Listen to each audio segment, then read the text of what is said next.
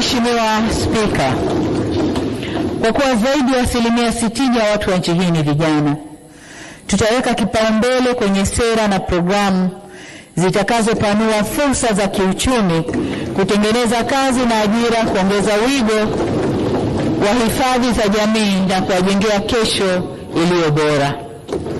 Ili kuhakikisha vijana wanapata nafasi ya kushiriki katika kujenga mustakabali mwema wa taifa letu, tutaweka kipaumbele kwenye ushirikishwaji wa vijana katika masuala ya maendeleo yao.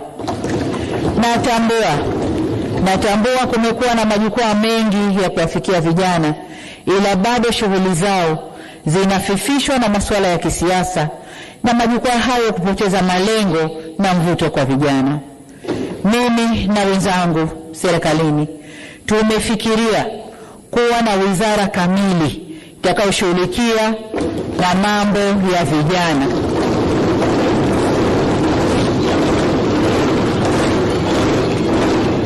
Sisi